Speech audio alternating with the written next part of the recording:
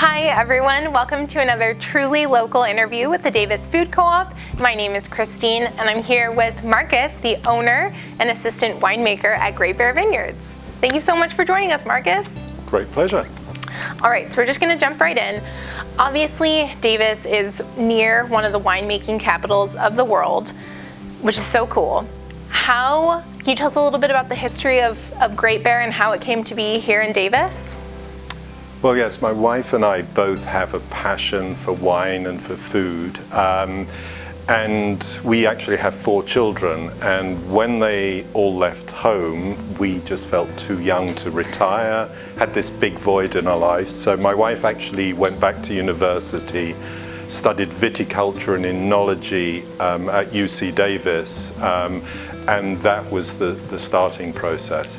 Prior to that, though, I had worked in the wine industry my whole career, starting off in Europe in the vineyards of France and Italy and Spain, then expanded to South Africa and Australia. So we had a lot of expertise, a deep passion, and then my wife's the smart one. She was the one who went and studied. That was really, how it came about.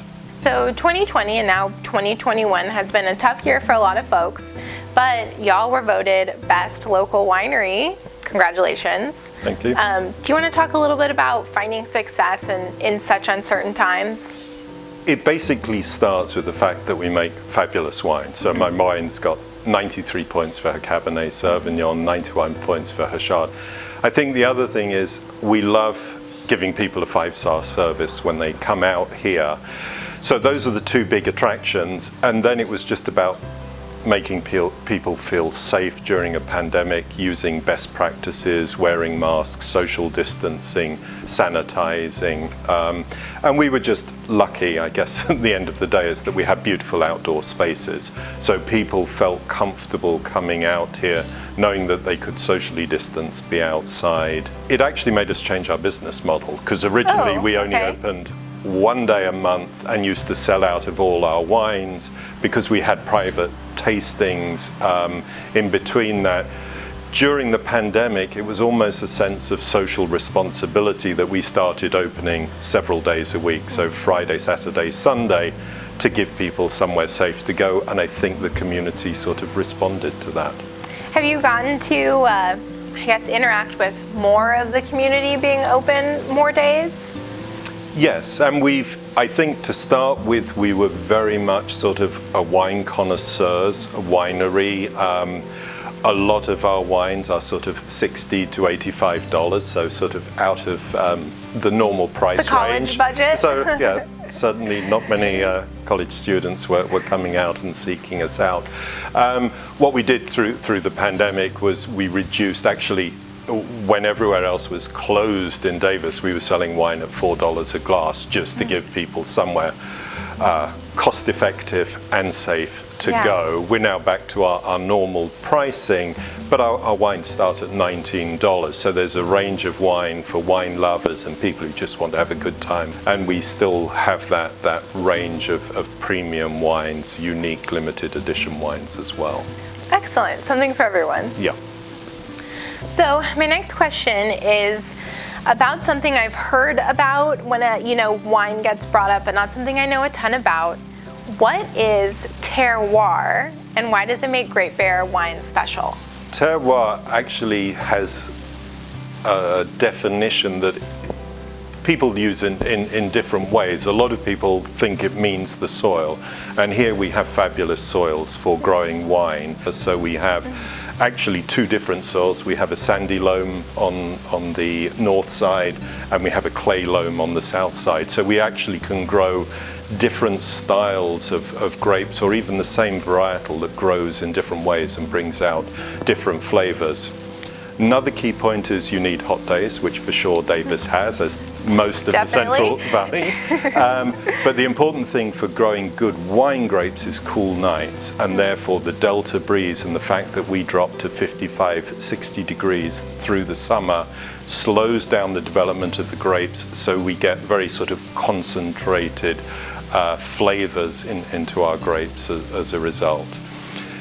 And that's the sort of classical meaning is the environment that you grow in. But I think people have now expanded to say it's also about the community. And that's where the depth of expertise that UC Davis brings in, the community of other winemakers we have in the area, really adds to why we are sort of at the heart of great winemaking in Davis.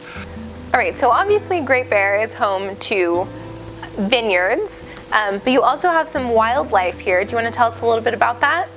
Yes, well, my wife and I, we're both passionate environmentalists, passionate about wildlife. So as you wander around the vineyard, you're going to see jackrabbits, cottontails, tree squirrels, ground squirrels, gophers, snakes, lizards.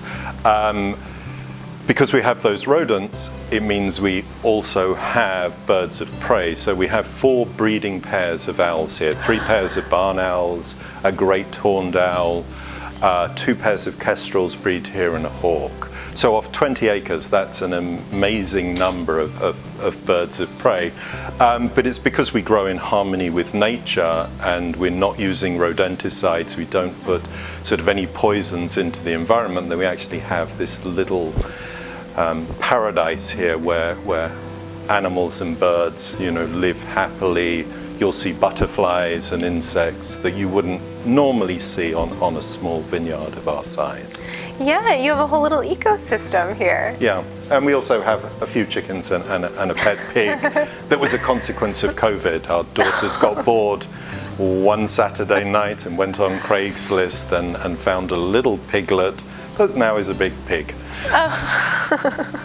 So it sort of runs in the family, the love for wildlife. Yeah, that's great. So sustainability is something that's very important to us over at the co-op, and we really like when our vendors also share the same passion for sustainability. Do you want to share what sustainability looks like here at Great Bear? On the vineyard, we put in minimal inputs. We haven't used a synthetic fertilizer for the last 7 years. We use a permanent cover crop that includes some nitrogen-fixing microbes. Water is another very important resource for California, Northern California. So we actually use deficit irrigating, partly because using less water is better, but also partly because if you actually make the vine struggle for water, you can actually make a better winemaking grape. The berries are smaller. So that also adds to sustainability, because sustainability is also about profit and being here for the next generation. So Great Bear is a family-run operation. What is it like making wine with the whole family? It's a lot of fun at certain times of the year, and it's hard work at other times of the year. So we probably pick on about 20 nights. For 2 or 3 of them, the whole family does it all together. So there are a division of labor. So for our larger picks, we actually pick through the night. I will stay up. You pick all night? And we pick through the night. Wow. Because you want the grapes to be cool for the winemaking process. So as my wife's the winemaker, she gets to sleep through the night while I pick grapes with the crew. Then she will wake up and work on the grapes that we've done. Social media is done by one of our daughters. The label was designed by daughter number 1, the oldest daughter. And that sort of captures the winery. But Great Bear, it also captures the constellation. The California bear is at the top, and then there's a tiny little bear down there because she went to Cal, and that's the the shout that's out. the Cal bear down there. So, and then I get the best job of all, which is sort of quality control. I try to take a sip from each bottle of wine that we open. That's wonderful. Marcus, thank you so much for sitting down and joining us for another truly local interview. It's been an absolute joy sitting, talking in this barn that was built in 1860. So we can't wait to get back out here and drink some wine with y'all. Wonderful. Well, it's been great to meet you both, and look forward to you coming out to actually drink the wine. Or maybe we should open a bottle now. Who knows? Oh, there we go. There we go.